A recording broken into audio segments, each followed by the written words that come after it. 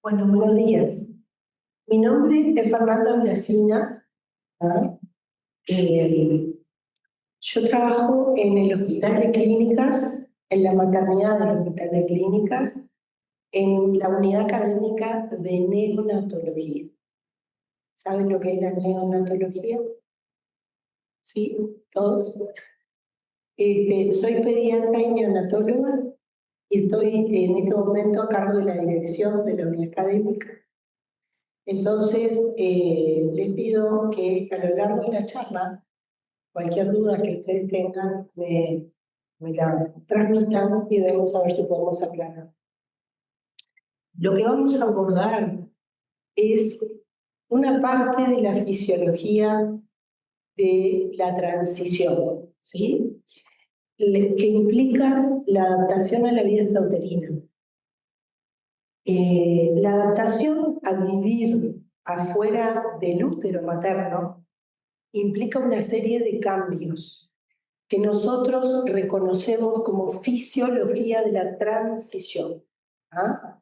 ¿Por qué? Porque la transición es un proceso crítico y complejo, crítico porque depende de nuestra vida, nuestra supervivencia de eso, y complejo porque se da a nivel de diferentes órganos y tejidos. ¿Ah? Todos nuestros órganos y tejidos se adaptan a vivir de una manera diferente a lo que hacían adentro del útero en la vida fetal. Y esto, por eso implica cambios fisiológicos muy importantes, en los cuales podríamos analizar los de la piel, los que se imaginan, los del cerebro, pero hoy vamos a enfocarnos en lo cardiorrespiratorio, porque de eso depende nuestra supervivencia. ¿No? Es un proceso que suma múltiples y rápidas adaptaciones de órganos y de tejidos. Para poder entenderlo vamos a tener como dos partes en nuestra presentación. La primera, entender un poquito cómo es que un feto puede sobrevivir y distribuir su oxígeno y sus nutrientes adentro del útero.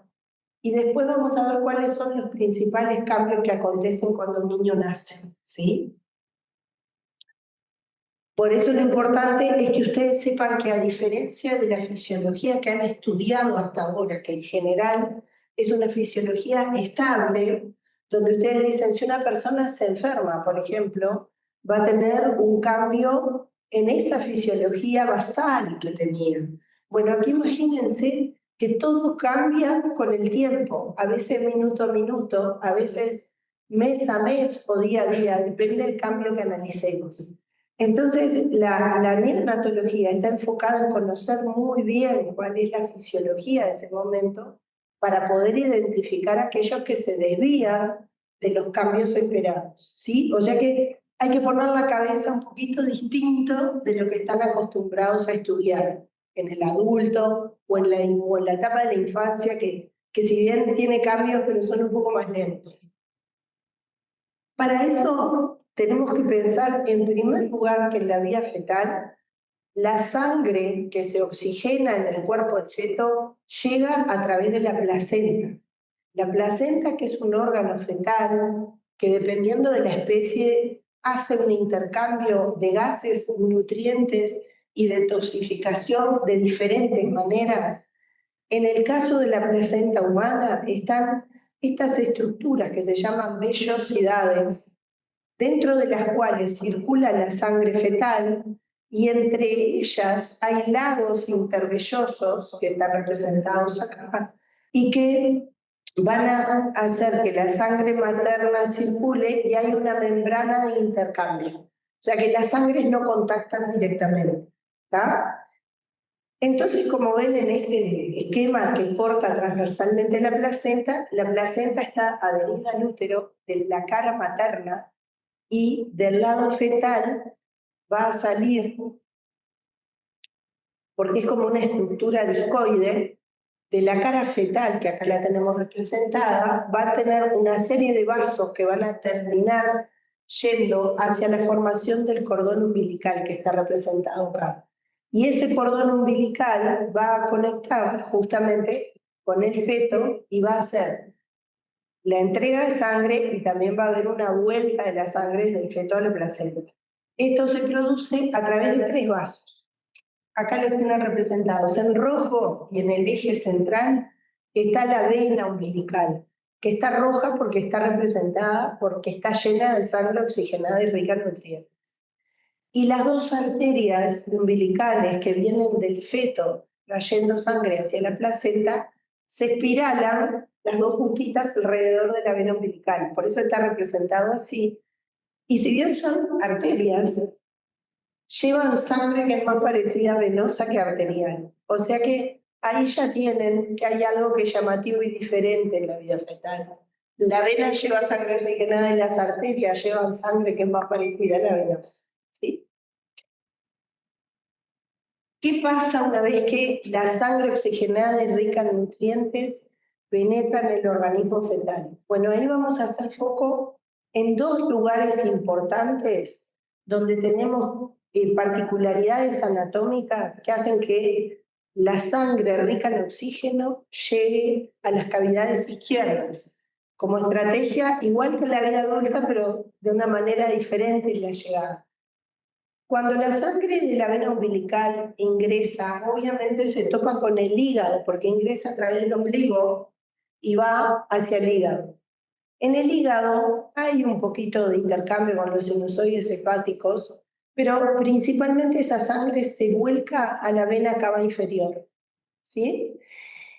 Obviamente el hígado le llega al sistema porta hepático con su sangre venosa cargada de desechos y de CO2, básicamente, y pobre en oxígeno.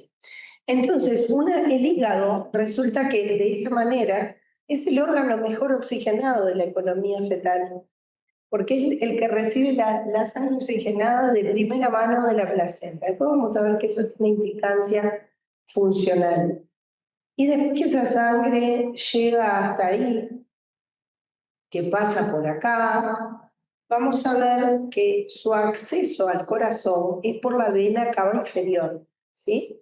Y aquí ocurre un hecho bien interesante, y es que esa sangre que ustedes de la fisiología del adulto piensan que si llega a las cavidades derechas va a salir por el ventrículo derecho, no ocurre eso. Esta sangre que llega a la cavidad derecha, a la aurícula derecha, cruza de manera a gran velocidad, como un chorro, como una manguera, atraviesa la aurícula y se va a través de una comunicación que está entre las 2 aurículas, que se llama foramen oval, y llega a la cavidad izquierda, a la aurícula izquierda. Y esa es la estrategia que usa el feto para enriquecer sus cavidades izquierdas de oxígeno y nutrientes que después va a distribuir en su economía, ¿sí? Entonces, ¿qué pasa con la vena cava superior? Bueno, trae la sangre venosa del polo superior fetal, mal, y esa sangre sí es una sangre que prácticamente no se cruza con la que viene por la vena cava inferior, y esa sí alimenta el ventrículo derecho. ¿Tá? Entonces ahí hay un cruce de caminos importante en la vida fetal. Y después, posteriormente, esa circulación, digamos, ahora sí, esa circulación tiene otra conexión que es muy importante. Cuando la sangre llega, acá tenemos representados los 2 ventrículos, nos olvidamos las aurículas. Tenemos sangre oxigenada y rica en nutrientes en el ventrículo izquierdo, pero poca cantidad, porque en sí representa 1/3 del volumen total que tienen el gasto combinado derecho e izquierdo. Y del lado derecho llegan 2/3 de la sangre. Cuando la sangre sale por el ventrículo izquierdo, sale a través de la aorta. Sale rica en oxígeno y nutrientes, alimenta las coronarias, alimenta el callado y los vasos que van a cuello. Pero resulta que en el callado, al final del callado en general, se topa con una conexión que está a partir de la salida del tronco de la pulmonar, que se llama ductus arterioso, que está representado acá. Ese ductus vuelca la sangre que sale del ventrículo derecho a la aorta y vuelca una buena cantidad. Y ahí ocurre una mezcla de sangres. Por eso nosotros cuando un niño nace distinguimos lo que es la circulación preductal, la que está antes del ductus, porque va a estar más rica en oxígeno y nutrientes que la postductal. No es lo mismo cuando un niño nace si le ponen un saturómetro en la mano derecha, que es preductal, que si se lo ponen en el pie. Va a tener un tenor de oxígeno y saturación menor en el pie que en la mano derecha. Y esto es porque el ductus demora un poquito después en cerrarse. O sea, cuando nacen es como cuando eran fetos. ¿Ah? Y ustedes me dirán, pero la salida de la pulmonar no tiene una pulmonar derecha e izquierda. Sí, la tiene, acá las tienen representadas, pero en la vida fetal solamente un 7 o un 10% del gasto va a los pulmones. ¿Por qué? Porque los pulmones no se utilizan. Solo va lo necesario para que los pulmones crezcan, se desarrollen, pero no están funcionales. Entonces, a los efectos del intercambio gaseoso, ¿no? O sea que es muy poquita la sangre que va para ahí y lo más importante del volumen se va a través del ductus a la aorta. El ductus, que es un vaso muy cortito, pero es tan ancho como la aorta. O sea, tiene un diámetro muy grande porque permite que pase mucha sangre. O sea que es una comunicación muy importante en la vida fetal que no se puede cerrar porque de eso depende que la circulación funcione bien. ¿Ah? Entonces ahí tenemos más o menos una idea del gasto, esos son los porcentajes que tiene ahí. Más o menos al polo superior va el 20% de la sangre y al polo inferior, entre lo que suma el ventrículo derecho e izquierdo, va un 70% de la sangre. ¿Ah? Y la configuración, digamos, anatómica desde el comienzo se empieza a desarrollar el corazón. Sí, siempre. Claro, hay un corazón primario y se va plegando, ¿no? Pero es fundamental que estas comunicaciones que vimos, foramen oval, ductus, llegada a través de la vena umbilical, la liga, que se mantengan abiertas, ni que hablar la vena cava inferior, las válvulas, que todo esté bien, porque si bien originariamente hay un corazón primario, que es como un tubo que se empieza a plegar, esto, desde que hay corazón, se da así. ¿Ah? En el origen, el saco perivitelino y demás genera sangre, lo vamos a ver, y empieza a hacer un poco de intercambio y a circular, pero lo fundamental es que este corazón esté así para que desde etapas muy primarias ya se pueda distribuir de esa manera. ¿Ah? Entonces, miren qué interesante. ¿Alguna vez vieron un recién nacido? Nunca. Un primo, no sé, algo. No, sobrino. ¿Fotos? Sí. ¿Vieron que son cabezones? Todos los recién nacidos son cabezones y el cuerpo chico. Eso es consecuencia de esta circulación. Porque, ¿qué pasa? Imaginen que durante toda la etapa fetal el corazón bombea al polo cefálico sangre más rica en oxígeno y nutrientes. Entonces crece más. Y el resto del cuerpo recibe una mezcla. Entonces crece menos. Entonces, eso es así durante toda la etapa fetal, tal es así que si ustedes van a los libros, ven estos dibujos en donde el polo cefálico siempre va a estar representado que recibe sangre roja, y sin embargo la aorta después del callado van a ver que está representada como azul, como que el tenor de la concentración de oxígeno es más bajo. Y eso lo ven por este motivo, porque hay una circulación particular. ¿Ah? Bueno, ¿qué pasa después? Bueno, después de esa conexión, acá dejamos solo la circulación, el corazón, como dijimos, la llegada de la sangre oxigenada a la aurícula izquierda, la mezcla de la salida de la pulmonar, cómo vuelca su sangre a la aorta, cómo la circulación hacia el polo cefálico es más rica en oxígeno y nutrientes, y después viene la aorta descendente, ¿verdad? Y la aorta descendente tiene una sangre mezclada entre lo que recibió del ductus, que es bastante, y lo poco que tenía la aorta. Y ahí, cuando llegamos a las ilíacas, sobre todo la ilíaca interna, es que salen las arterias espiraladas que van a espiralarse alrededor de la vena umbilical. Y ahí cerraríamos el circuito placenta-feto, feto-placenta. Si ustedes me dicen la sangre que va en las arterias umbilicales es venosa, no, porque la verdadera sangre venosa es la que viene del polo inferior, del sistema porta-hepático y del polo superior venoso. Ahí es donde vamos a encontrar un tenor menor de oxígeno en nutrientes. Por eso, ustedes de la fisiología clásica saben que hay sangre arterial, sangre venosa y sangre capilar, ¿verdad? Hay 3 tipos. Bueno, el feto tiene cuantos tipos quieran ustedes hacer. Hay autores que han definido que hay hasta 6 tipos de niveles de oxigenación en el feto.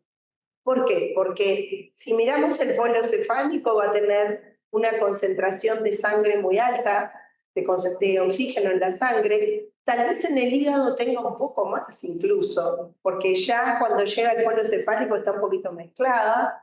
En la aorta va a tener otro. En los lechos que vienen del polo inferior a través del sistema de porta hepático va a tener menos. Entonces, acá tienen, hay diferentes autores, pero acá, por ejemplo, este autor refiere que hay niveles elevados, medios y bajos de oxigenación. ¿Ah? O sea que imagínense qué lío hacerle una gasometría a un feto. Depende de dónde lo saques lo que esperás.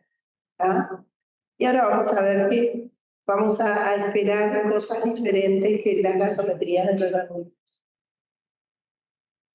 En suma, este circuito es particular, como ven, pero los hechos que hacen que este circuito se mantenga así están más o menos bien estudiados.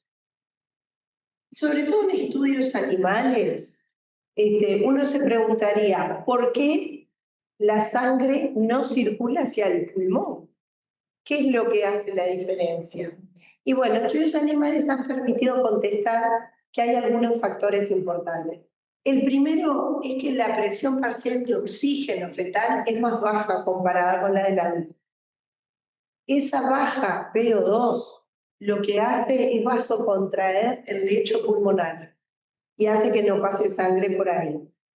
Pero además, los pulmones, como no se expanden, están semicolapsados. No están totalmente colapsados porque vamos a ver que tienen un líquido que es fundamental para su desarrollo, pero están semicolapsados. Eso genera un impedimento mecánico a que la sangre circule por ahí.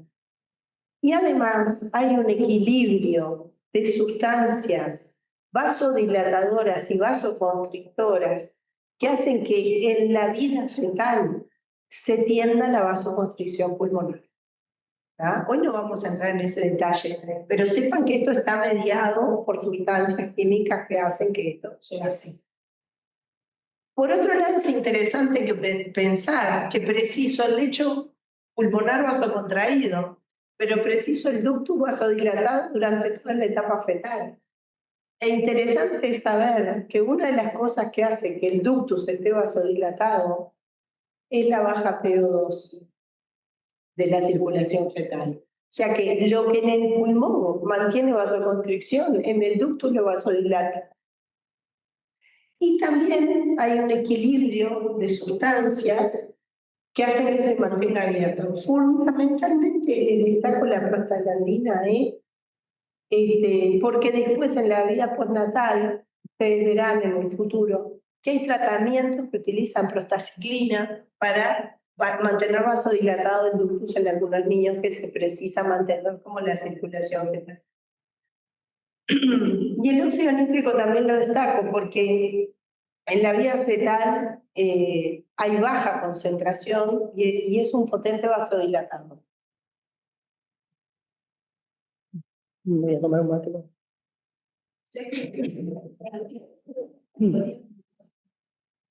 En el ductus sí. Hay algunas vasoconstrictoras y otras vasodilatadoras. Pero la PGE2 es la más vasodilatadora en el ducto. ¿Ah? Pero eso para ellos pobres no lo vamos a variar. Bueno, sigo. Entonces, Para que prendo acá. Bueno, entonces, volvimos. ¿Qué esperamos, como decíamos, de una gasometría que le sacamos a un feto o a un recién nacido, que es como que recién dejó de ser feto? Entonces ustedes ven principalmente la presión parcial de oxígeno en la sangre. Si nosotros tenemos un adulto, acá vamos a ejemplificar, por ejemplo, la madre, un adulto que ventila espontáneamente al aire, ¿qué PO2 tendría? Si es sano. ¿Se acuerdan?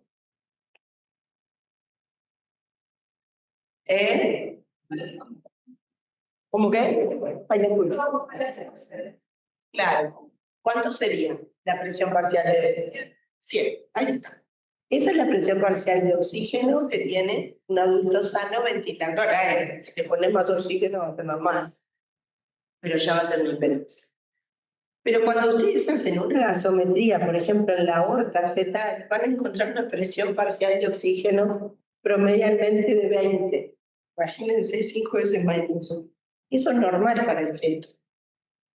Hay gente que dice que está en hipoxia relativa. No está en hipoxia, es un sistema distinto que permite con esa PO2 oxigenar perfectamente su economía. Porque tiene otros equilibrios y vamos a ver qué es lo que incide un poquito en esos equilibrios. Cuando la sangre de un adulto llega, por ejemplo, al espacio intervelloso o a cualquier órgano de intercambio, pierde oxígeno y queda con una presión parcial de aproximadamente 40, ¿verdad? Pero el feto, que en la distribución de su economía de la aorta va a llevar el oxígeno a los tejidos, cuando retorna por la vena cava, sobre todo superior y por el sistema del polo inferior de retorno, va a tener alrededor de 10 de PO2. Y en el mejor de los casos, en la vena umbilical, vamos a medir 30 y algo por ciento, 30 y algo milímetros de mercurio, 32, 35 máximo. O sea que imagínense qué rango angosto que tiene en cuanto a la PO2. Esto se acompaña con que la placenta no es tan eficiente como los pulmones para lavar el CO2. Entonces los niveles de CO2 fetales son un poco más altos. Nosotros aceptamos 50, 60 de PCO2 normal y eso hace que el pH sea un poquito más bajo en los fetos y también en recién nacido. Tan es así que nosotros consideramos que un pH de 7,20 para arriba es totalmente normal en un recién nacido. ¿No? No vamos a entrar en detalle, pero sepan que no es lo mismo hacer una gasometría de la arteria umbilical que de la vena umbilical, porque obviamente va a tener estas diferencias y puede tener pequeñas diferencias de pH, de presión o de pH. Pero piensen qué diferente es el sistema, ¿verdad? Y bueno, acá tienen una comparativa entre lo que es la sangre arterial y umbilical, en donde también, por ejemplo, si medimos la saturación, obviamente la saturación de oxígeno va a andar cerca de 100 en un adulto y en un feto nunca va a pasar de 75-80%, si ustedes le pudieran poner un pulso oxímetro, ¿sí? Entonces, ¿por qué esto es así? Vimos aspectos circulatorios, ¿verdad? Vimos aspectos circulatorios en donde recalcamos que el conducto venoso, que es el conducto que lleva la sangre desde la vena umbilical al hígado, el foramen oval y el ductus arterioso, que todos tienen nombre, como ven, el conducto venoso es de Arancio, el ductus arterioso es de Botal, pero son estructuras que mantienen esta circulación así como la vimos. Pero obviamente no es solo un tema de circulación. Vamos a ver que es clave la parte hematológica acá, porque sin esto nosotros no podríamos tener este funcionamiento tan particular que estamos analizando. Entonces, para subsistir y sobrevivir el feto precisa una enorme cantidad de sangre y sobre todo una enorme concentración de glóbulos rojos. Para eso, tiene asegurada la producción de células hematopoyéticas a lo largo de la gestación en diferentes lugares. En primer lugar, el saco perivitelino es el que empieza a producir en la etapa embrionaria la sangre que va a empezar a llenar los vasos primigenios, digamos, como decíamos hoy. Son tubos inicialmente que empiezan a llenarse de sangre y en la medida que el corazón empieza a bombear, empieza a circular. Pero en la mayor parte del embarazo es el hígado el principal productor de células hematopoyéticas. Por eso les decía que la naturaleza le exige al hígado, que está muy oxigenado, otras funciones que no va a tener en la vida adulta. Y después, más o menos cercano a la mitad del embarazo, un embarazo dura 40 semanas, cercano a la semana 20, empieza la médula ósea a empezar a producir sangre y eso es similar a la etapa del adulto. ¿Tá? O sea que esto es un buen ejemplo que después lo vamos a ver de redundancia, una ley biológica que hace que cuando algo tiene que suceder está asegurado por más de un mecanismo. O sea que acá tenemos varias fuentes de producción de sangre que nos aseguran que no nos falte sangre en la vida fetal. Si nos falta, configura una enfermedad y hay patologías que producen anemia, pero producen enfermedad en los fetos. ¿Ah? Entonces, ¿cuál es la particularidad de estos hematíes fetales? Bueno, primero que están muy concentrados. Normalmente el hematocrito de un adulto, ¿se acuerdan en cuánto anda? Más o menos un hemograma de hematocrito. ¿Han visto algún hemograma? Seguramente. ¿Qué hematocrito tiene un adulto normalizado? Bien, 40, 45 mejor. Pero los fetos tienen 60, 65. O sea que a ellos no les pueden faltar los glóbulos rojos. Pero esos glóbulos rojos a veces incluso salen tan rápido de la médula que vienen nucleados incluso. ¿Ah? Y están cargados de hemoglobina que es diferente que la del adulto, que se llama hemoglobina fetal. Que es una hemoglobina que funciona un poquito distinto. O sea que tenemos poliglobulia fisiológica y tenemos una hemoglobina diferente. Esta hemoglobina, que al momento del nacimiento incluso es mucho más de la mitad, 3/4 partes, 80% puede ser hemoglobina fetal, que lentamente en el correr del tiempo también se va a adaptar a cambiarse por la del adulto, pero en meses. Esta hemoglobina, vamos a analizar la curva de disociación de la hemoglobina fetal para que vean que funciona un poquito distinto. ¿Qué pasa? Acá tenemos representado en esta la hemoglobina del adulto, esta de abajo, en donde si nosotros pensamos en la madre de ese feto, como cualquier adulto, la saturación tiene que andar entre 95 y 100, ¿verdad? Si ventilamos espontáneamente el aire. ¿Eso qué quiere decir? Que para una PO2 de 100, la hemoglobina está saturada al máximo, ¿no? Acá tienen, como ven, la saturación versus la presión parcial de oxígeno. Pero ¿qué pasa en la vida fetal? En la vida fetal, esta es la hemoglobina fetal, la curva de disociación, está desplazada hacia la izquierda naturalmente. Y cuando nosotros decimos que la PO2 fetal, o analizamos antes, anda entre 10, 20, 30, vean que la saturación de la hemoglobina fetal nunca va más allá del 80%. Y así funciona esta hemoglobina. Es una hemoglobina que tiene mayor afinidad por el oxígeno que la hemoglobina materna y que tiene la particularidad de que si ocurre algún evento que haga que, por ejemplo, el pH se acidifique, aumenten los hidrogeniones, esa curva de disociación se desplaza rápidamente a la derecha, logrando lo siguiente, que a pesar de tener saturaciones mucho más bajas, como en este ejemplo, mantiene la PO2 fetal inalterada. O sea que es una hemoglobina muy dúctil, le permite al feto, aún en condiciones de cierta hipoxia, tener la entrega de oxígeno que necesita. Eso se llama efecto Bohr. ¿tá? Esa capacidad de desplazarse a la derecha, incluso más allá de la curva de disociación de la hemoglobina del adulto. ¿Tá? Bueno, y eso nos salva, por ejemplo, en un trabajo de parto, que por más normal que sea, va a haber un momento que vamos a tener una cierta hipoxia. Entonces, esa hemoglobina tan dúctil nos permite sobrevivir a lo largo de la gestación y en el momento de parto, que es un momento de riesgo.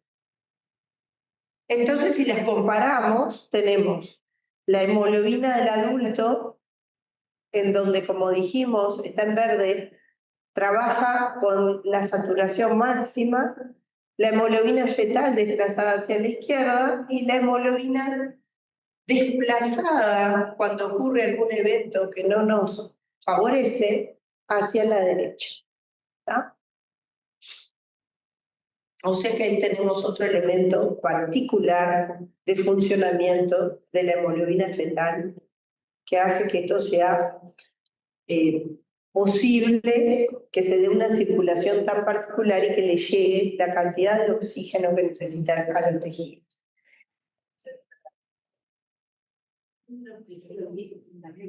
Siempre. Cuando vos tenés hemoglobina fetal, funciona siempre así. Y si tenés hipoxia, por eso está tan discutido, por ejemplo, a un recién nacido transfundirlo. Y cada vez más son más restrictivas las pautas de transfusión, porque mientras vos le puedas mantener con hemoglobina fetal, tiene un cierto grado de protección en la oxigenación, aunque la saturación baje.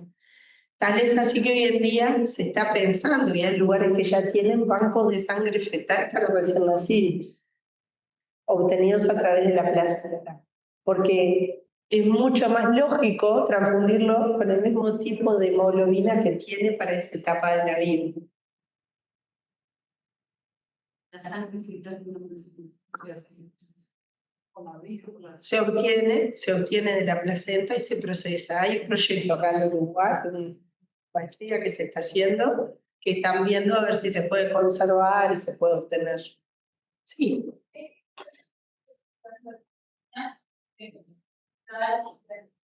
En 3 a 6 meses más o menos. O si lo transfundís con hemoglobina del adulto, acelerás el proceso de recambio. O sea, después que lo transfundís, el porcentaje con la hemoglobina del adulto es como que inhibís la producción de hemoglobina fetal y se cae el porcentaje. Bueno, por eso mismo es lo que decíamos. Si uno tuviera que elegir y hubiera bancos de sangre fetal, es mucho más lógico transfundir con sangre fetal si lo precisa.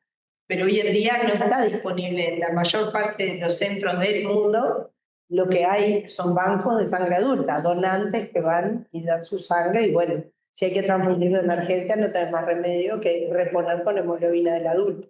Los hechos hoy en día es así. Salvo algunos lugares en el mundo excepcionales que tienen ya bancos de hemoglobina fetal. Pero bueno, seguimos. En el momento, obviamente, la gestación transcurre, el niño crece, el feto va adquiriendo maduración y llega un momento que va a tener que enfrentar el trabajo de parto o el nacimiento.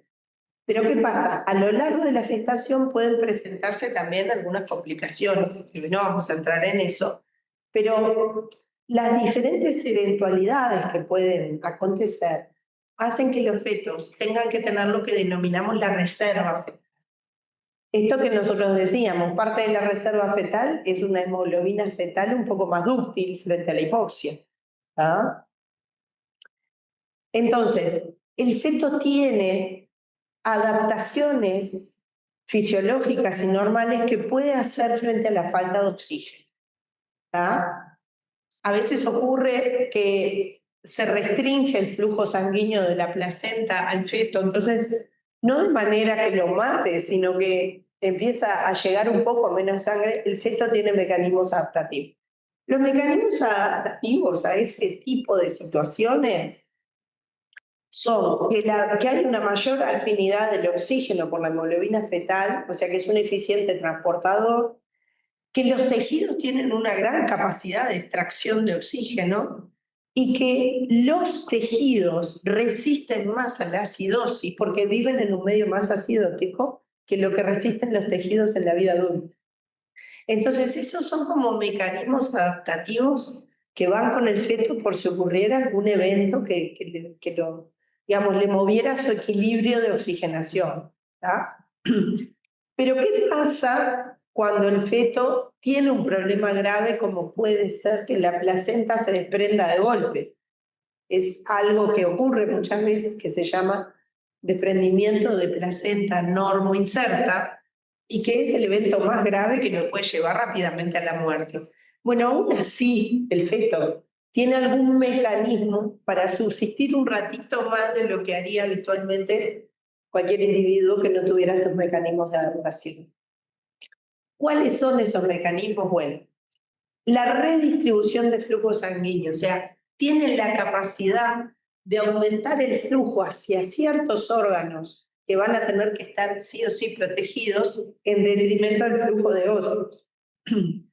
Tiene además la capacidad de ahorrar oxígeno, incluso entrando en bradicardia, moviéndose menos, y tiene una gran capacidad de ingresar en glicólisis anaerobia. O sea, aunque no tenga oxígeno, va a sacar ATP de la glucosa. A menor eficiencia, todo lo que ustedes saben, pero lo va a hacer. Entonces, rápidamente, en una gasometría donde midamos el lactato, nos podemos dar cuenta si entró o no en glicólisis anaerobia. Ustedes se acuerdan que aumenta la producción del lactato. Entonces, ese es un marcador muy potente de la asfixia, que es la falta de oxígeno total, o de la hipoxia, o de un feto que por algún motivo entró en glicólisis anaerobia. Entonces, todos estos mecanismos forman parte de lo que llamamos la reserva fetal. O sea, si a un feto le pasa algo adverso que atenta contra su buena circulación, su buena oxigenación, su buena llegada de nutrientes, no va a morir inmediatamente. Va a subsistir y tal vez hasta nos dé señales de que hay que sacarlo de ahí adentro, como la bradicardia, por ejemplo. ¿Tá?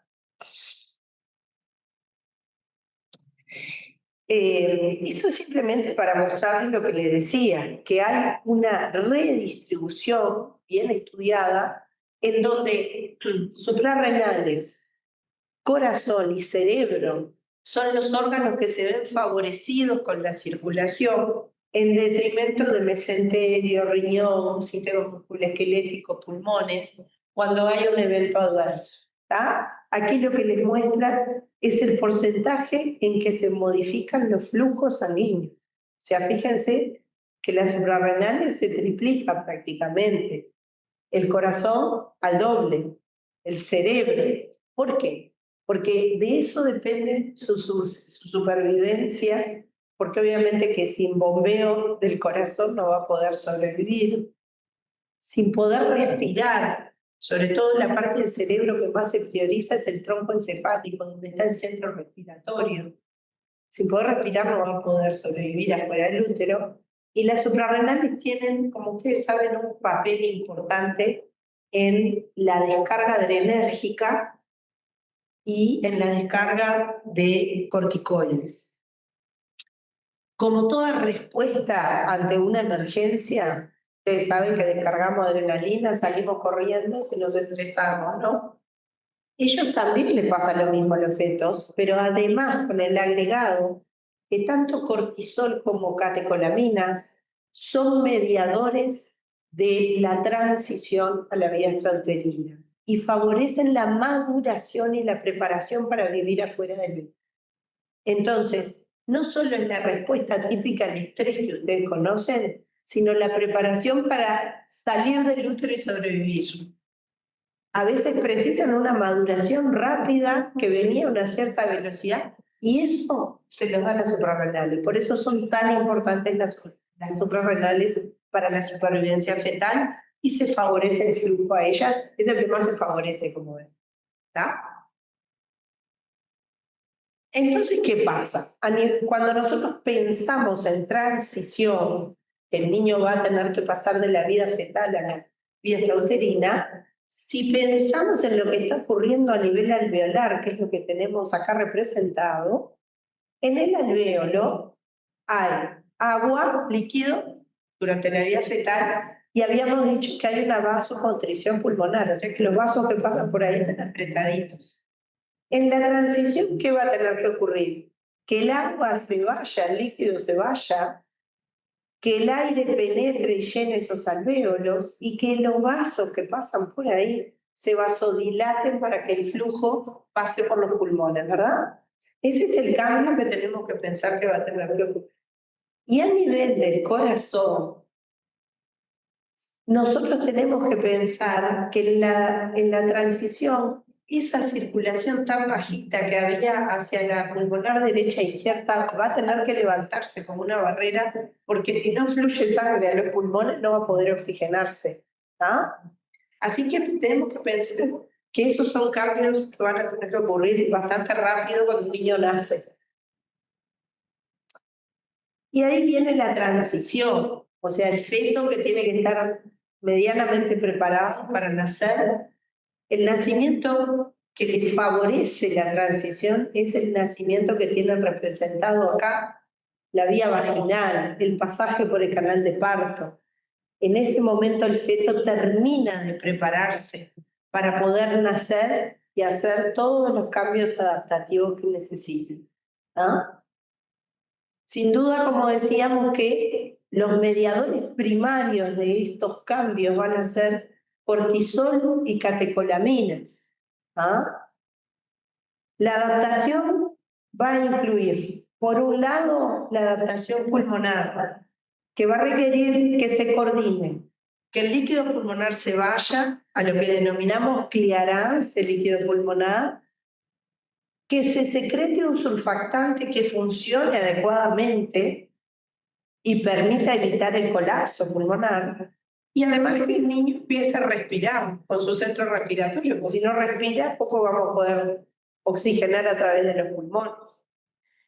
Por otro lado, vamos a ver que en lo cardiovascular hay algunos cambios que son muy rápidos, otros van a ser más lentos, pero sobre todo la vasodilatación pulmonar, ¿verdad? Lograr que la sangre empiece a pasar por el lecho capilar pulmonar, porque si no el niño se asfixia.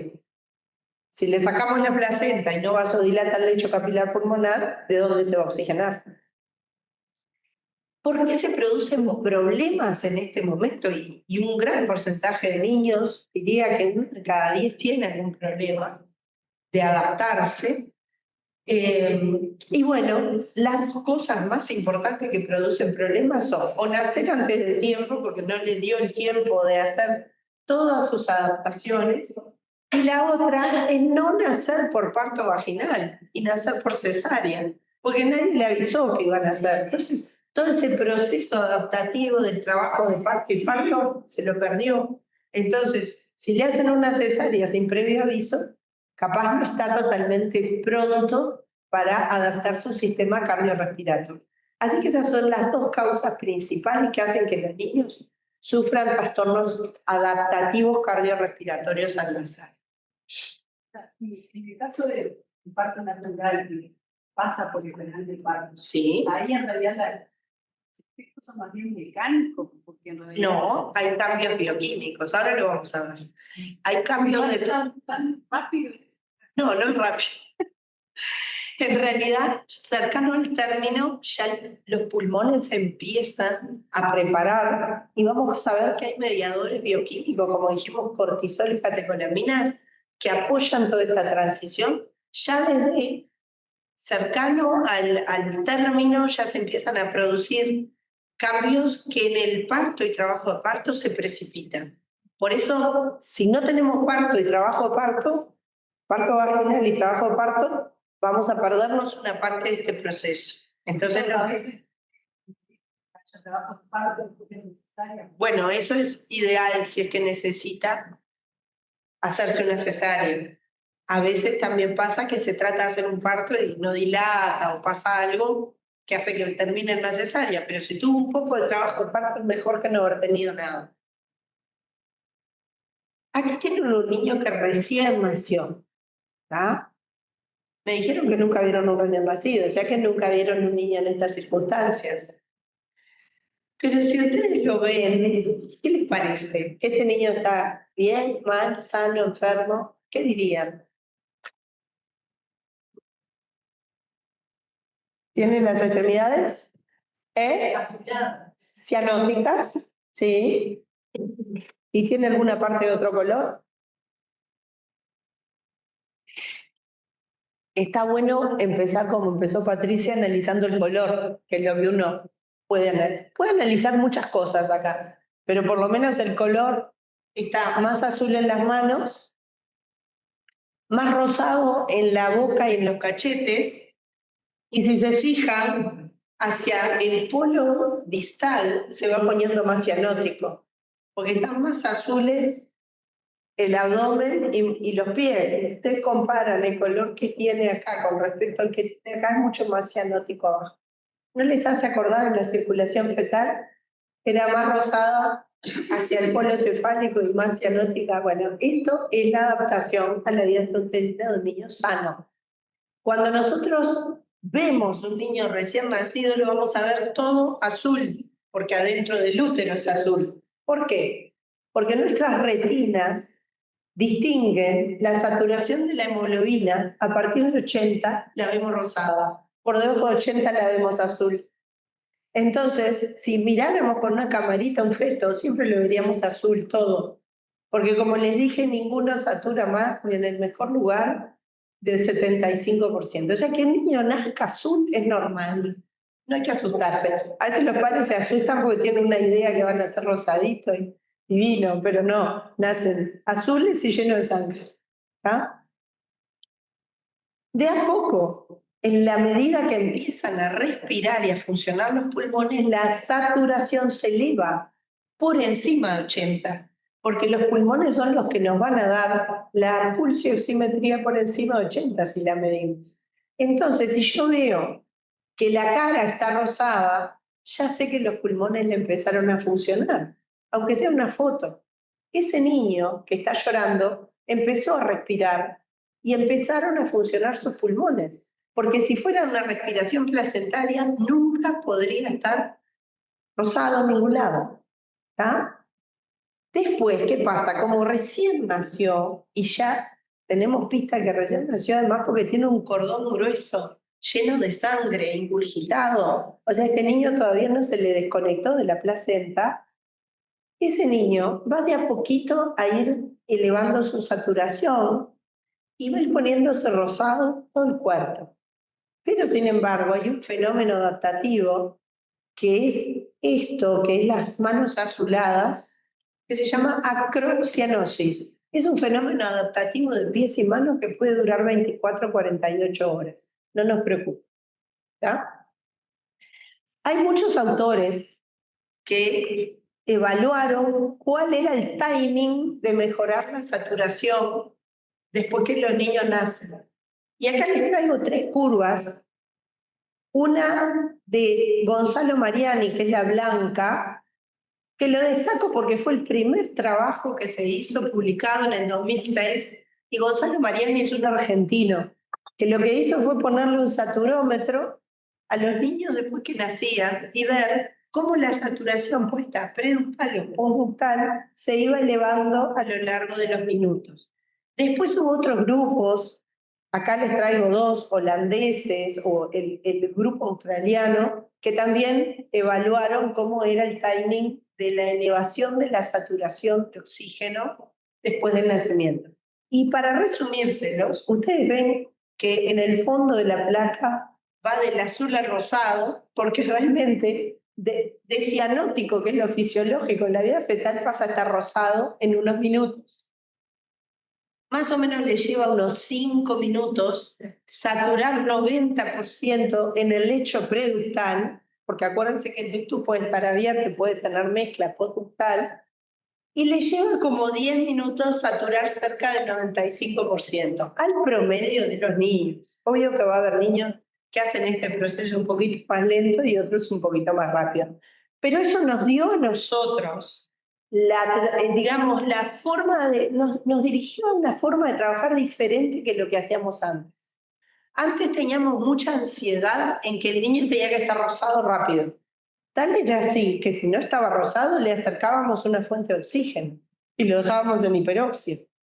Pero esto nos mostró que la adaptación extrauterina inmediata Tenía un timing, llevaba un tiempo y lo que había que hacer era esperar que el niño fuera recoloreando de forma cefálica hacia la parte caudal, porque es lo fisiológico, es lo que hizo durante las 40 semanas que estuvo dentro del útero. Y con esa misma circulación va a empezar a funcionar los pulmones y a mandar primero mayor oxigenación a la cabeza y después la oxigenación irá mejorando en el polo inferior.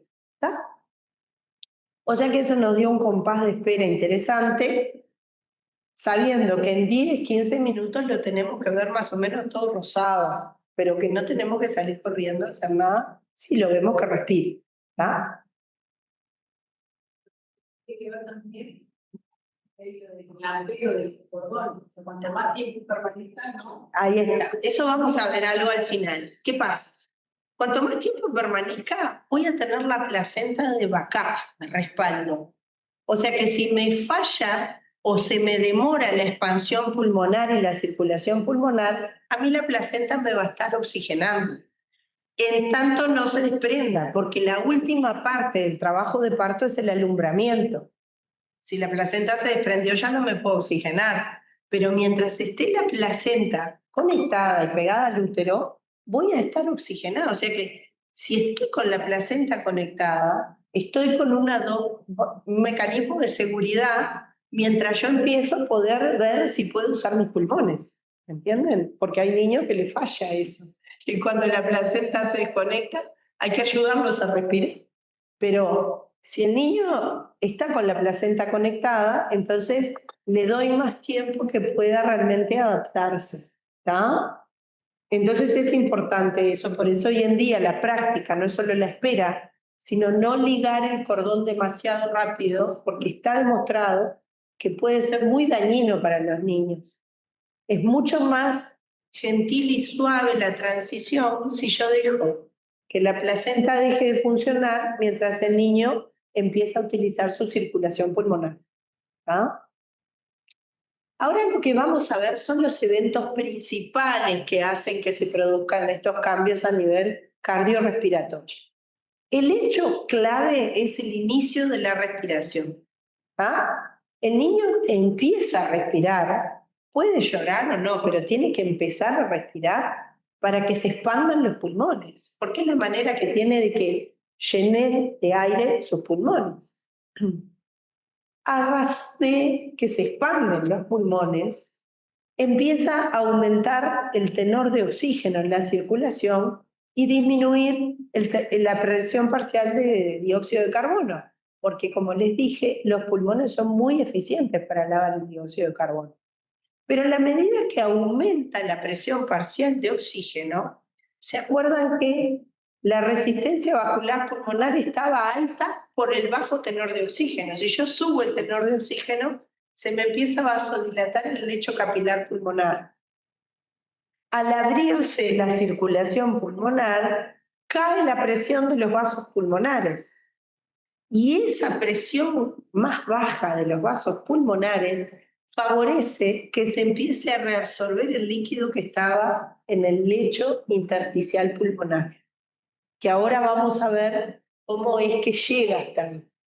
Pero de alguna manera, este aumento de la PO2 hace que no solo los alvéolos se expanda, sino que además se retire el líquido que está sobrando ahí ahora, porque no precisa utilizar ningún líquido para empezar a respirar. Y es más, el líquido molesta para el intercambio gaseoso, así hay que sacarlo de ahí. Ahora lo vamos a ver. Por 4 lugares se reabsorbe. El principal es el vascular. El principal es que se retira por las circulaciones. Por eso, un evento importante después que el niño empieza a respirar es que el líquido se empieza a sacar del lecho pulmonar intersticial, sobre todo. Por otro lado, el propio aumento de la presión parcial de oxígeno hace que el ductus se vasocontraiga, porque estaba vasodilatado por el bajo tenor de oxígeno. ¿Y eso qué produce? El ductus, que estaba conectando, ¿se acuerdan?, la pulmonar con la aorta, al cerrarse, obliga a que pase más flujo hacia las pulmonares, porque hay un flujo que deja de pasar por ahí. Y además, hacia las pulmonares se va a favorecer que vaya el flujo porque el lecho vascular pulmonar se vasodilata. Empieza a ser de menor resistencia la ida hacia los pulmones de la sangre. Esto hace que retorne más sangre por las venas pulmonares hacia la aurícula izquierda, ¿verdad? Y ese aumento de la presión en la aurícula izquierda favorece el cierre del foramen oval, que lo tienen acá, que es como una valvulita que se ve empujada por el aumento de la presión en la aurícula izquierda a cerrarse como una tapita. Entonces ya no hay intercambio de sangre a través de las aurículas. ¿Se entendió? Eso hace que nosotros tengamos que visualizar que la sangre que sale de la arteria pulmonar y que va por la arteria pulmonar derecha e izquierda hacia los pulmones, llene los pulmones de sangre y por tanto retorna mucha sangre de los pulmones. ¿Ah? Y nosotros tenemos que hay otros cambios. Estos cambios que yo les comenté se tienen que dar muy rápido, en los primeros minutos de vida, porque si no, falla el uso de los pulmones. O sea que en 10 minutos tengo que tener los pulmones funcionando bien para oxigenar toda nuestra economía. Pero hay otros cambios, como por ejemplo el gasto cardíaco, o sea, cuánto eyecta el corazón por minuto, que de pasar a ser altísimo en la vida fetal, fíjense que en la vida fetal aquí tenemos medio litro, 450 mililitros por kilo y por minuto de sangre que pasa por el corazón fetal, que es otra estrategia para que el oxígeno llegue en cantidades aceptables a los tejidos.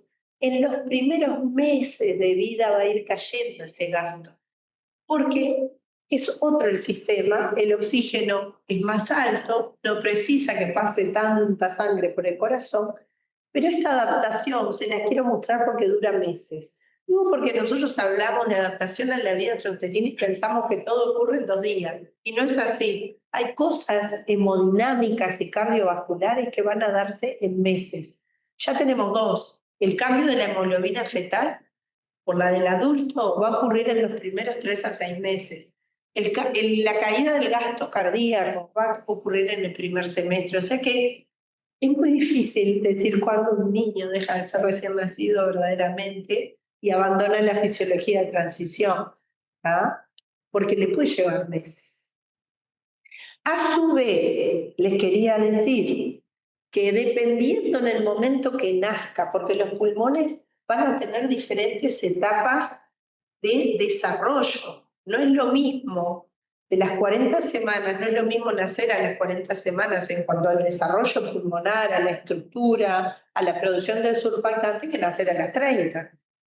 Porque obviamente la etapa de desarrollo pulmonar va a ser más inmadura si un niño nace a las 30. Ni les digo si nace a las 25 semanas, que es prácticamente la mitad del embarazo. Entonces acá tienen representado diferentes etapas madurativas del pulmón y tenemos representado cómo las resistencias vasculares pulmonares, que están muy altas en el momento del nacimiento al término, van a ir cayendo después que el niño nace, ¿verdad? Y también las resistencias vasculares sistémicas, que suelen ser bajas y que nosotros solo podemos medir con la presión en general, la presión arterial, pero que es un proxy de la resistencia vascular o del flujo sistémico, pero que no lo podemos medir muy bien. Las resistencias vasculares sistémicas van a aumentar después del nacimiento porque la presión sistémica tiende a subir y el lecho pulmonar tiende a bajar la presión. Pero lo que les quería comentar es que no es lo mismo en la velocidad de descenso de esa presión pulmonar si hay un nacimiento de un niño sano a término, que por ejemplo, uno que nace por cesárea ya se sabe que van a bajar más lentas las resistencias, o si nace prematuro también, si nace antes de tiempo se sabe que bajan más lentamente. Por eso es que los niños que nacen por cesárea o antes de tiempo tienen mayor complicación para la adaptación cardiorrespiratoria en la vida intrauterina, porque hemodinámicamente la cosa no va a estar tan optimizada. ¿Tá? ¿Nosotros qué pretendemos después de todos estos cambios? Bueno, llegar a una circulación normal, como ustedes la conocen, donde el ventrículo izquierdo eyecta a través de la aorta sangre oxigenada y rica en nutrientes que va a la circulación general, que de la circulación general vuelve sangre venosa al corazón derecho, que va a mandar esa misma sangre hacia el lecho pulmonar, enriqueciéndola en oxígeno y lavando el CO2 y volviendo como sangre arterial por las venas pulmonares. Un circuito que pasó de estar en paralelo a un circuito en serie. ¿Tá? En la vida fetal la circulación es en paralelo, porque está aquel cruce de caminos. Entonces es diferente, hay como dos circulaciones. Acá vamos a un circuito en serie, la circulación es una y funciona así. ¿Tá? Eso es el objetivo de la adaptación de la vida extrauterina. Pero vieron que tiene un montón de elementos como para que tienen que funcionar bien para que se pueda realmente producir. Y una parte fundamental es lo pulmonar, lo que preguntaba Patricia, ¿y cómo se hace eso? Bueno, es lo que vamos a ver ahora. Los pulmones se adaptan en las primeras horas de vida.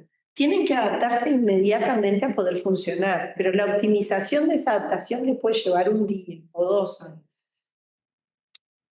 ¿Qué cosas importantes hay en lo que es el pulmón, el desarrollo pulmonar? Bueno, ¿se acuerdan que les había dicho que en la vida fetal el flujo o el gasto hacia el pulmón es bajo? No supera el 10% del gasto cardíaco. Pero el feto tiene movimientos respiratorios durante toda la gestación y sobre todo se produce desde la 6ª semana un líquido pulmonar que llena las cavidades, que van a ser las cavidades alveolares a futuro, están llenas de ese líquido. Ese líquido es fundamental para el desarrollo pulmonar. ¿Ah? Entonces, ese líquido va a prevenir el colapso pulmonar y va a promover el crecimiento del pulmón fetal. Y es una producción propia del pulmón. No lo produce nadie más que el pulmón. Es el epitelio pulmonar que va a producir ese líquido. Entonces, ¿qué es lo que ocurre cuando se va a hacer el cambio, la adaptación? Este líquido es un líquido que es muy rico en cloro y tiene pocas proteínas. ¿Tá? Y va a generarse a través de un potencial de membrana que arrastra fluido hacia la luz pulmonar, y también hay acuaporinas y hay canales que favorecen durante toda la gestación que se vaya produciendo ese líquido. Pero imagínense que si ese líquido se sigue produciendo, nos ahogamos el líquido. O sea que hay un momento en el cual vamos a tener que hacer un switch, y ese líquido en vez de salir va a tener que empezar a entrar. Para esto hay bombas de sodio-potasio que empiezan a funcionar diferente y canales de sodio que hacen que el epitelio, que acá lo tienen representado por este espacio intersticial, el epitelio se carga de sodio previo al nacimiento. Y a través de esa cargada de sodio del epitelio, ese líquido rico en cloro empieza a arrastrarse hacia el intersticio. ¿Tá? Y entonces, ¿qué es lo que acontece? Que el volumen y flujo producido van a disminuir espontáneamente antes del nacimiento, pero si el niño llegó al término. Si es prematuro, todavía no va a estar preparado para eso. Y hay una reducción de la secreción y se va absorbiendo el líquido durante el trabajo de parto. O sea que el trabajo de parto dispara también la absorción de ese líquido hacia el intersticio pulmonar, haciendo que 2/3 de ese líquido en un niño que hizo trabajo de parto y es de término, ya esté en el intersticio cuando el niño nace. Y queda 1/3 aproximadamente que se va a recaptar cuando el niño nazca postnatalmente. O sea que hay una parte de la adaptación que se da después de nacer. O sea que todo eso ocurre mientras el niño está pasando por el canal de parto y hace su trabajo de parto. Esto está mediado por los mediadores de la transición, por adrenalina a través de receptores beta-adrenérgicos que van a estimular la captación de sodio por el epitelio y que ese epitelio con sodio va a atraer agua hacia su intersticio. ¿Sí? ¿Qué es lo que tiene que pasar después de que el niño nace? Se tiene que producir el clearance del líquido pulmonar. Entonces tenemos que imaginar que hay como dos rutas, dos caminos parciales. Uno que es la salida del líquido de la luz alveolar hacia el intersticio, pero después alguien lo tiene que sacar del intersticio. Entonces, para eso, la remoción del líquido se produce principalmente, como dijimos, por la circulación pulmonar una vez que hay vasodilatación del lecho pulmonar. Pero también participan los linfáticos, que se supone que hasta un 15% del líquido absorben. También el mediastino y la cavidad pleural pueden reabsorber un poco de líquido. Y además, antes se decía que cuando el niño pasaba por el canal de parto, la compresión torácica hacía que escupiera el líquido.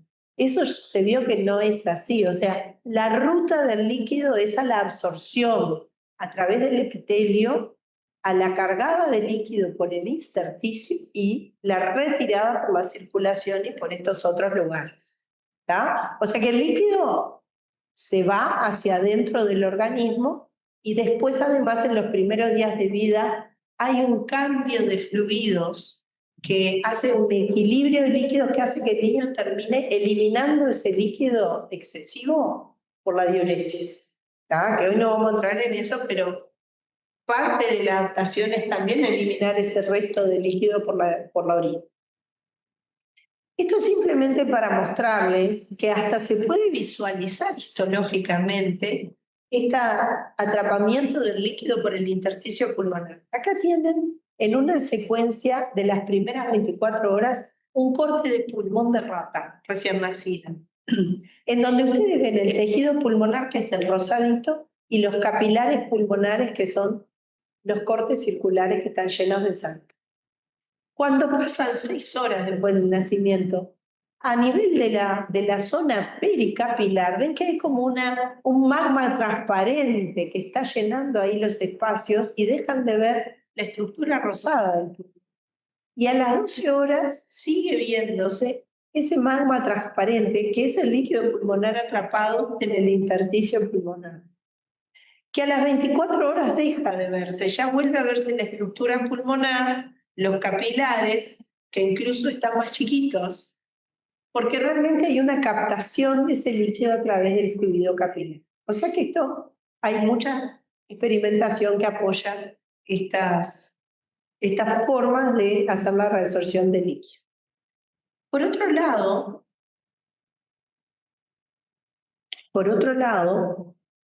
que vi que había unas preguntas. Tenemos medido los niveles de cortisol, que como les dije, el cortisol es uno de los mediadores importantes que apoyan la transición.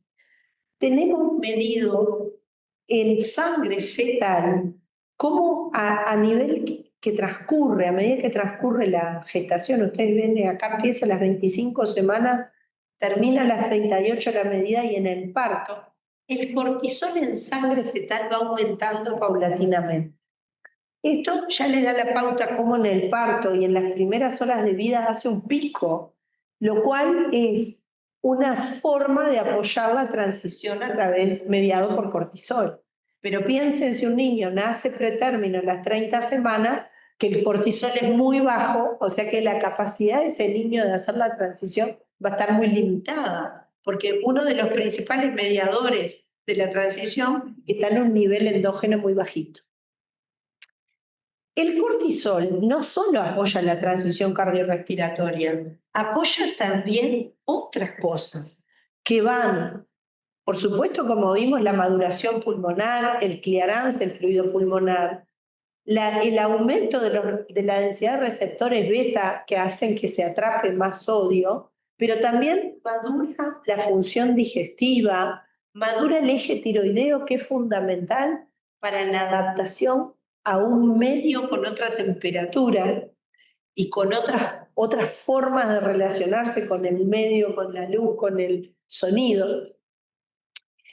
También regula la liberación de catecolaminas y regula el control del consumo energético. O sea, el cortisol, como ustedes ven, es parte fundamental de la transición a la vida intrauterina.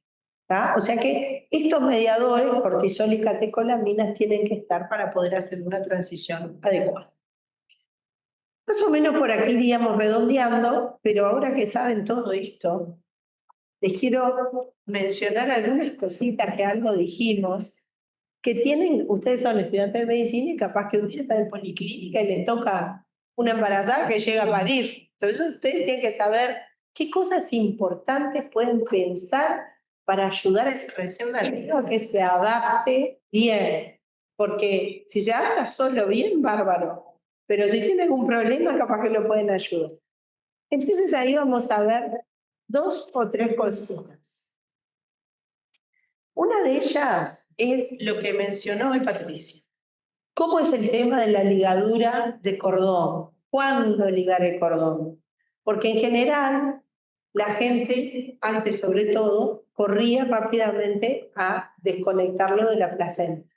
Pero hoy, como dijimos, es muy importante mantener esa conexión lo más que se puede. ¿Cómo ustedes se dan cuenta si el cordón está para realmente desconectar de la placenta o no? Bueno, entonces lo que no tienen que hacer es ligar un cordón grueso y lleno de sangre. Eso nunca lo hagan, porque están impidiendo la circulación del recién nacido con la placenta. Si el cordón tiene este aspecto flácido, blanco, vacío de sangre, pueden ligar, porque ahí ustedes ya saben que no hay circulación, porque si los vasos están eréctiles y pulsan, pasa sangre, pero si los vasos están flácidos y no tienen sangre, no pasa sangre. Entonces ustedes van a ver que hay una secuencia que lo pueden observar clínicamente, en donde el cordón paulatinamente va dejando de pulsar, como está acá en estas 6 fotos, se va quedando cada vez más blanco, más vacío de sangre. En vez de estar violeta, queda blanco, queda chato, queda plácido, y ahí entonces ustedes saben que la circulación del recién nacido con la placenta ya no está funcionando. Ahí sí pueden cortar. ¿Está? O sea, ese es un primer aprendizaje que se tiene que llevar con ustedes. No importa, no importa. Hay niños que lo pueden hacer en 2 minutos y hay niños que les puede llevar 15 minutos. Lo que hay que tener es paciencia. El mundo hoy se pregunta, ¿son 30 segundos, son 60 segundos? No, es basado en fisiología, justamente. Es mirar y ver cómo está funcionando, tener la visión clínica de que eso va dejando de funcionar y el cordón se los va a mostrar. Entonces no hay que apurarse. Mientras tanto, hay que ver que el niño respire, ¿no? Porque si está dejando de funcionar la placenta y no respira, ahí está el problema. Entonces ese es el segundo aprendizaje. Bueno, esto es, espere, si lo ve gordito, o pediatra, o lo que pasa el ginecólogo si está solo.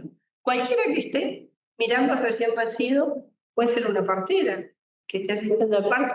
Digo, en nuestro país hay pediatra o neonatólogo asistiendo a los recién nacidos, porque por suerte la enorme mayoría, el 98% de los nacimientos son en instituciones preparadas para eso. Pero puede ocurrir que pase en una policlínica un nacimiento o que pase en un patrullero, como muchas veces vemos. Entonces puede ser el policía. A veces vamos a la escuela de policía a darles un entrenamiento para que ellos sepan qué mirar y cuando el cordón está flácido, se corta. Pero antes no, porque puede ser dañino para el niño. Sobre todo para la adaptación que analizamos hoy. ¿No? Segunda cosa, ¿qué pasa si el niño no respira? Ese es otro aprendizaje que se tiene que llevar.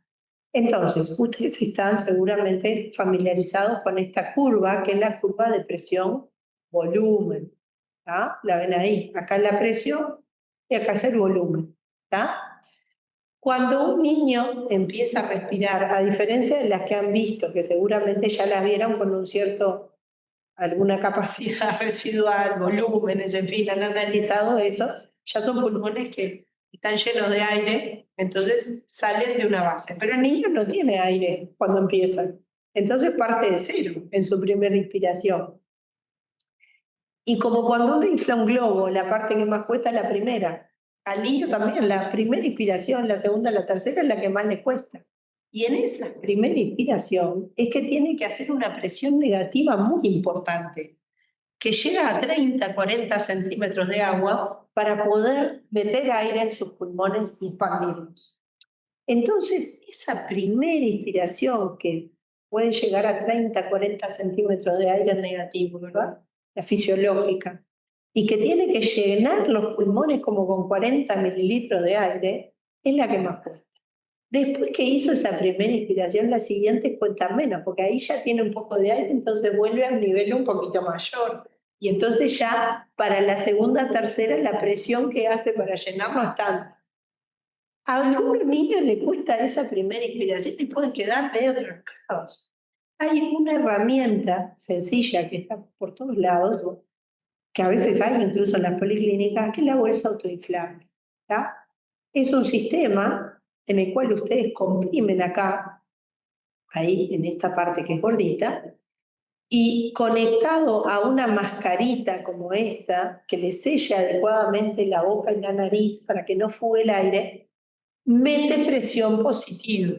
Si el niño no puede, por su presión negativa, espontánea, meter aire. Entonces, muchas veces, 2 o 3 insuflaciones bien dadas con este sistema lo pueden ayudar a expandir inicialmente el pulmón y después, aunque tenga trabajo respiratorio, por lo menos puede respirar. ¿Ah? Así que esa es una segunda cosa que es importante que sepa, que sea un niño ven que no puede establecer su inspiración, tengan alguna herramienta, algún elemento para poder hacer ventilación a presión positiva, aunque sea 2 o 3 veces. Y después, este experimento que les quiero mostrar es la gran pregunta, o sea, bárbaro, yo tengo que cortar el cordón y tengo que ayudarlo a respirar. ¿Pero qué hago primero? ¿Qué es lo mejor? O sea, ¿de qué me preocupo primero? Entonces, estos investigadores, que son de un grupo australiano, hicieron un experimento no muy sencillo, pero bien interesante, y que ellos están acostumbrados a hacer porque trabajan en ovejas. Entonces, tenían ovejas preñadas, y entonces hicieron 2 grupos, uno en los cuales los corderitos iban a nacer y les iban a ligar el cordón inmediatamente, y otro en el cual lo iban a dejar conectado. Y a su vez esos corderitos iban a recibir ventilación a presión positiva durante la transición. Entonces iban a ver a cuál le iba mejor desde el punto de vista cardiovascular, analizando la frecuencia cardíaca, analizando cómo la sangre salía del ventrículo derecho hacia la circulación pulmonar, que es lo que queremos, que empiece a funcionar. Entonces acá les muestro la gráfica de frecuencia cardíaca, que ven que los 2 grupos parten del mismo punto, más o menos 160 frecuencia cardíaca. Acá tienen el grupo en negrito, que primero se pinza y después se ventila. Y el grupo en blanco, que primero se ventila, se deja el cordón conectado y después se pinza. Miren lo que pasó. Aquí nace y ahí tenemos el grupo que se pinzó rápidamente, entra en bradicardia. Todavía no se ventiló. Y el grupo que siguió conectado a la placenta y no se pinzó, ni se enteró. La frecuencia cardíaca siguió súper estable. Cuando los ventilan, a los 2 vieron que pasaron 2 minutos más o menos. Cuando los ventilan a los 2, el grupo que estaba en bradicardia recupera la frecuencia cardíaca, porque los ventilan y empiezan a funcionar los pulmones y empiezan a oxigenarse de nuevo. Porque mientras tanto estaban desconectados de la placenta, no tenían por dónde oxigenarse. Sin embargo, los que siguieron conectados a la placenta nunca tuvieron bradicardia, porque siempre tenían un respaldo. Entonces, la ventilación no les agregó más que la función pulmonar, que fue mucho más suave esa transición para ese grupo que para el otro, que bajó, que subió, y que eso puede generar impacto incluso en la perfusión cerebral. O sea que puede tener impacto en otros órganos. Lo mismo observaron con el flujo pulmonar, que disminuye si se pinza antes del inicio de la respiración. Y con el gasto ventricular derecho, que disminuye si se pinza antes del inicio. O sea que hay un impacto hemodinámico claro. Entonces eso nos dio la respuesta, ¿verdad?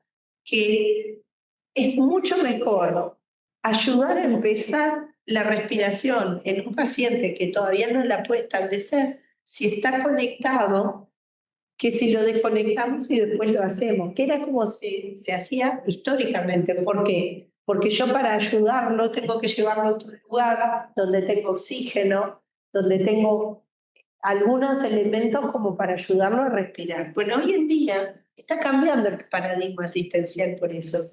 Tenemos salas de parto e incluso de cesárea cada vez más en el mundo, donde el niño nace, se mantiene con el cordón conectado, como este niño, y el equipo de neonatólogos o pediatras, que acá están en rosado, tiene los implementos para acercarse a trabajar y a oxigenarlo y apoyarlo en la ventilación, si es que el niño no lo puede hacer solo, ya sea prematuro o sea de término.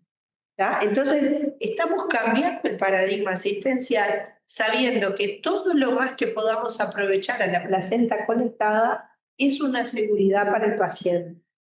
Tal es así que hoy hay grupos que empiezan a mostrar buenos resultados de niños que nacen deprimidos y con asfixia, o sea, con hipoxia, y se empiezan a reanimar conectados. Ya no estamos hablando de niños normales, porque esas maniobras hacen que sean más rápidas, no perdamos tiempo en llevarlos a otro lugar, pero además mantenemos la circulación placentaria si es que está funcionando. Lo que les decía, esto es muy importante porque nosotros hoy hablamos de la adaptación cardiorrespiratoria y cómo el corazón... Fernanda Blasila. Sí, ¿por qué? Porque tiene clase ahora siempre y no termina. No, Patricia, nosotros terminamos a las 11. Según usted, eran 10:59, estamos terminando. No hay que terminar.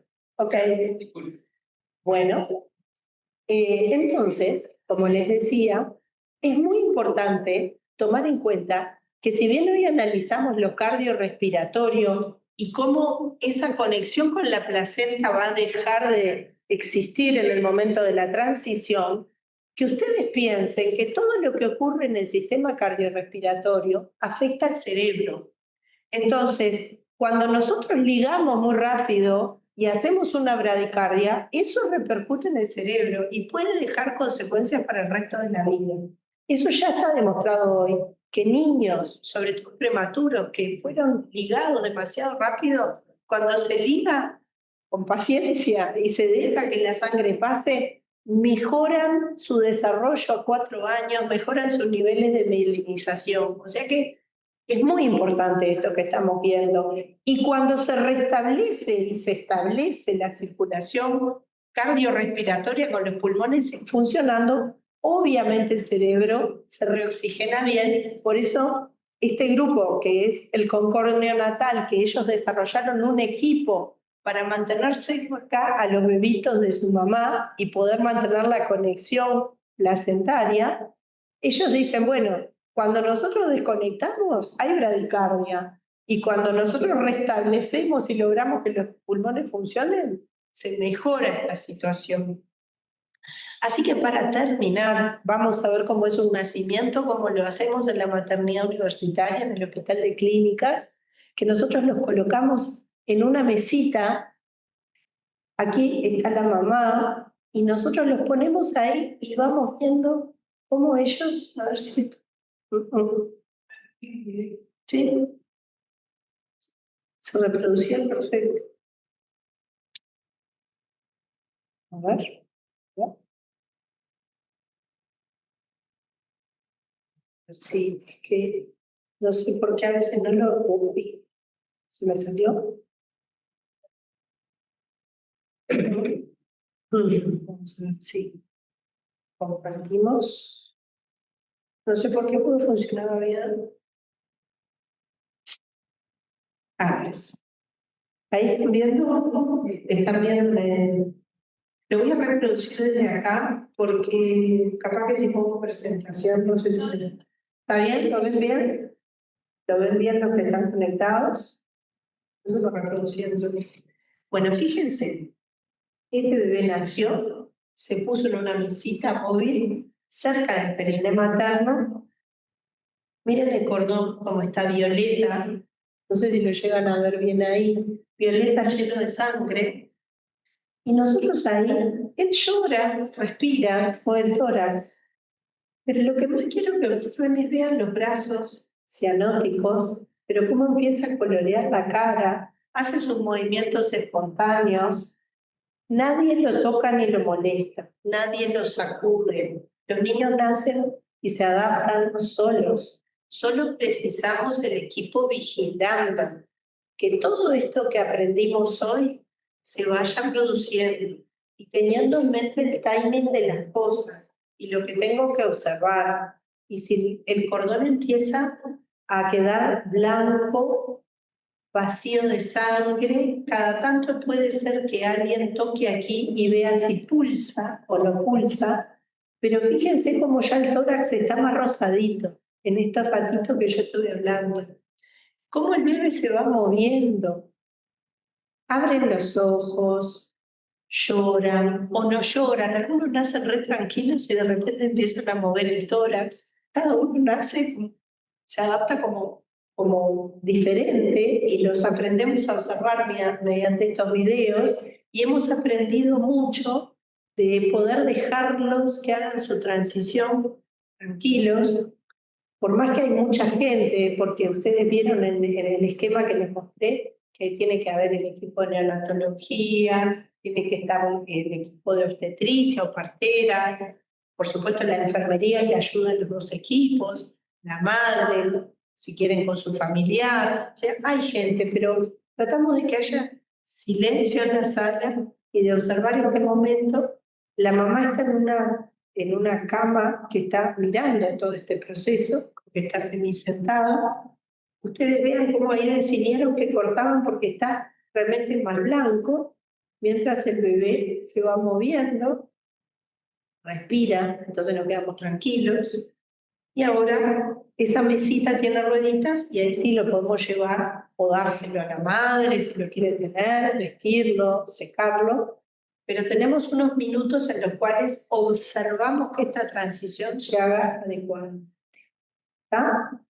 Bueno, hemos pasado 4 minutos, pero por aquí era todo lo que les quería decir. Sé que es bastante información y a ver si alguien dijo algo diferente acá, que se veía. Genial.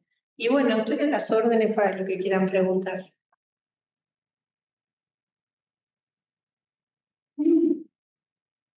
Aquí lo tienen cómo nace y al final lo tienen como lo queremos ver, ¿no? Vestidito rosadito, pero no nacen así. Bueno, gente, por hoy nos vemos con los del chat, no sé, aquí dicen algo que se ve. Y muchas gracias. Bueno, nos vemos.